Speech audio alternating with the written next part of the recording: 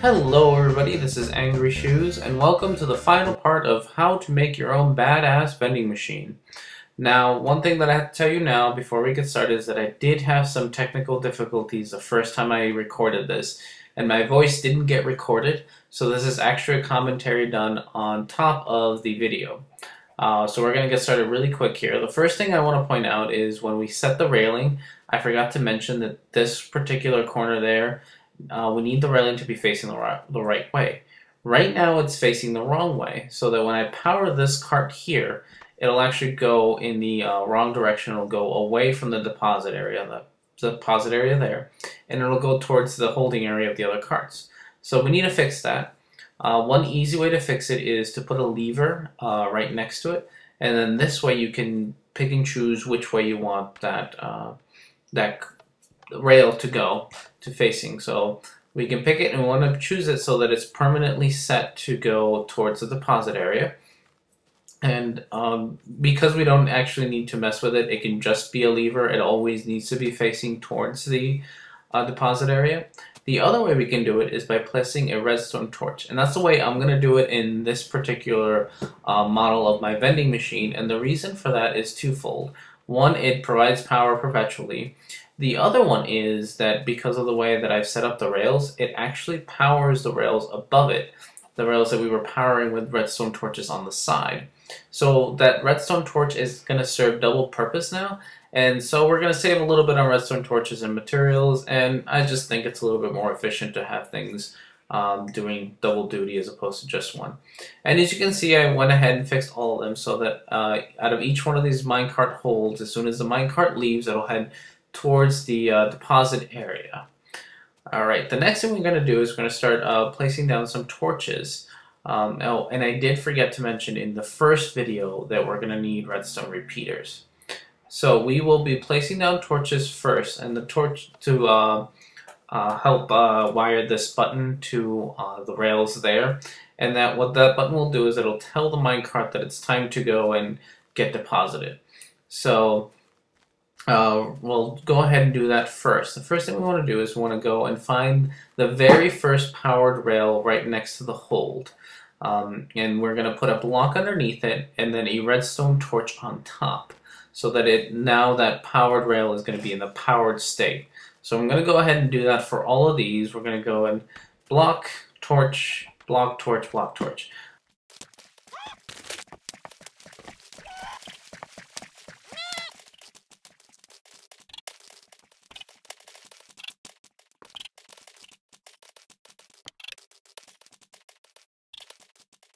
Okay, now we can actually start putting down some of the redstone wiring. And we're going to put it up onto those two blocks that are just up of the torch on top of the block. And what we're going to do is we're going to use one of the qualities of redstone torches, that when you have power going to a block and then a redstone torch on top, it'll turn off the torch. So here I'll show you how that works. So as you notice, when the wire is on, the redstone torch is off, and then the opposite is true. When the wire is off, the redstone torch is on. So we're going to take advantage of that property. And first things first is we're going to just set up this redstone wiring that just goes right up to that T intersection. And make sure we fill in that T intersection. We're going to fill all of these in now. And then the next thing we need to do is we need to be placing our repeaters in between. And just like we did with the railing, we're going to put it in the spot in between, the middle block in between each branch. And just make sure you're facing the right way when you place these. Make sure that you're facing so that the two torches are at the further end, so that when you're powering the, sorry about that, fireworks, so that when the current is going, it's going in the right direction. So I'm going to go ahead and place all of those now.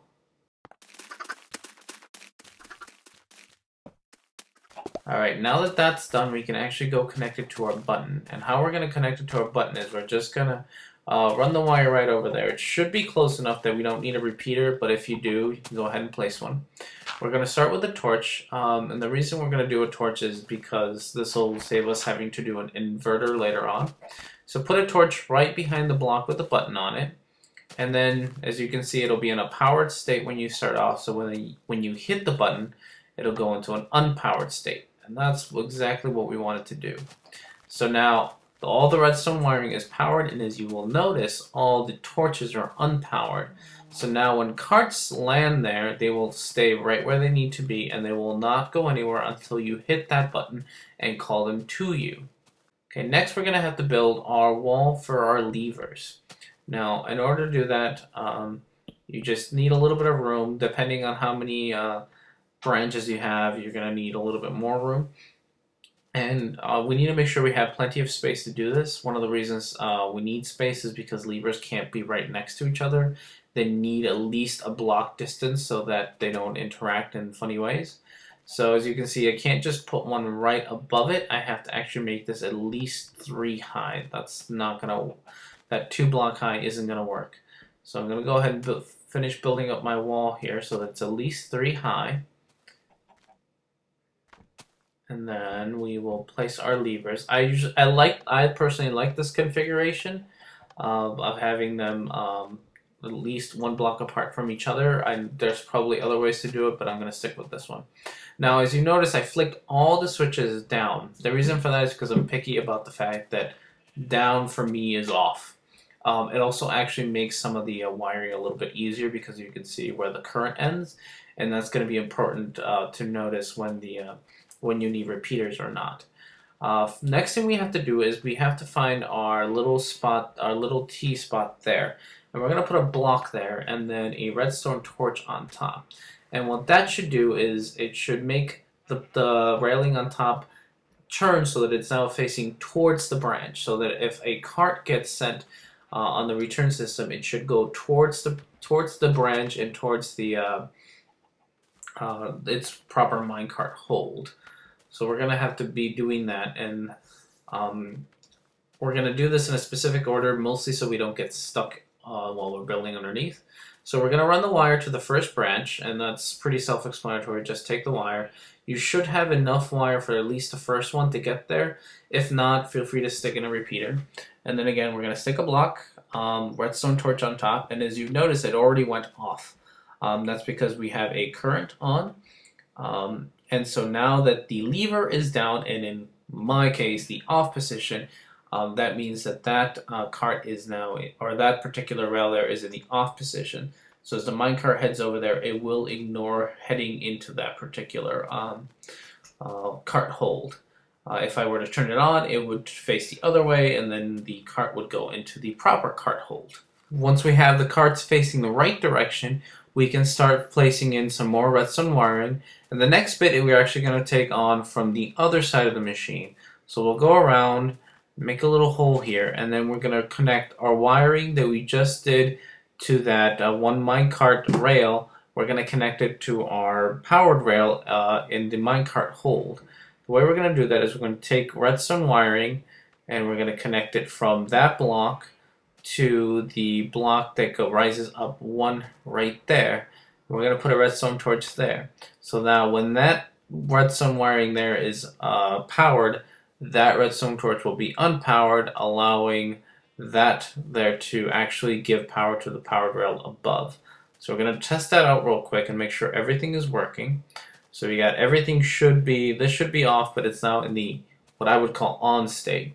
So the branch needs to be heading the right direction, and it is.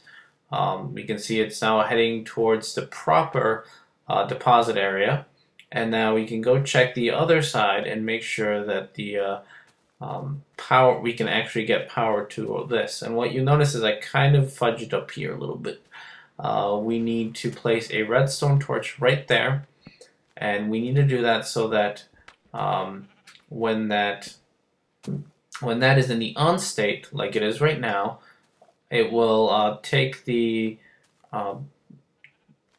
not take power to that torch. And as we can see, everything falls into the right spot. When we hit the gold button, it should bring that minecart straight back to us. And there we go, it's right back to us again. And now we're gonna go ahead and redo this do the same thing, not redo it. Mimic this for the rest of the branches. So in order to do that, in order to do the top lever, we have to build a little bit more framework here. And we're going to build the framework just so that we can run wiring above it. Now, something you have to do is make sure you leave plenty of space between wiring. This kind of shape right here won't work. It's just too close, so when I put wiring above it, it will interact with the wiring above. So you have to at least have one space between, and it can be one vertical space or one horizontal space. It really doesn't matter. I'm going to go with horizontal here. You could just run it right above the redstone wiring to where you need it to. That would be legitimate if you want to make it even more compact than I'm doing here. This can all be compressed a little bit more depending on how much you want to take advantage of room. Now, as you'll notice here, the redstone wiring is losing power the further away I get from that power source. So we're going to use a repeater just to make sure we have power all the way to the end. Something that I noticed that I did when I was first building this is that I would have tried to put the repeater in the corners and then get frustrated when it wouldn't actually power the ones to the side of it. Repeaters only powered in the forward in one direction, not all four in the same way that torches or redstone wiring does. So we're going to go ahead and finish wiring all the way at the bottom here, I think. Oh, yeah, we're making sure everything's got power. And once again, we're going to put a block. Oh, I ran out of redstone. I'll be right back with redstone. Okay, I got myself some redstone, so we're going to go ahead and finish this. I'll again put the block and then put the redstone torch on top so that it's now, that redstone torch is off. This is now in the, what I would call off state, so that when a cart heads in that direction, it will not go up the branch, but it will actually keep going all the way to the end. And we're going to go underneath it now and place, again, the torch right on the block. So you have two torches in the off state, redstone wiring up to our little jump, and then our torch there, so that, again, when that's unpowered, or when that's turned quote-unquote on, that torch is off, and everything else. This is kind of the problem with working with redstone, is you have a lot of on and offs. Yeah, so if you just have those 3 inverters there, you should be just fine. Sometimes, depending on the distance and which way you're facing, you might need more than 1 inverter. You're going to have to figure that out. The point that you need to remember is we need to have when you have it in what I would call the on state, so that the lever is up, you want to have the railing that goes up to the branches be facing towards the branch, and you want the redstone torch underneath the powered rail that with minecart hold to be in the off state, with one of the redstone wirings heading towards it being in the off state as well. That way when we hit the button, the other one will go into the off state, and it will allow that one redstone wiring to power just like it did there. So we're just going to do a little troubleshooting, and I'm going to fast forward through the rest of this and let you watch that, and we'll be right back to the end here.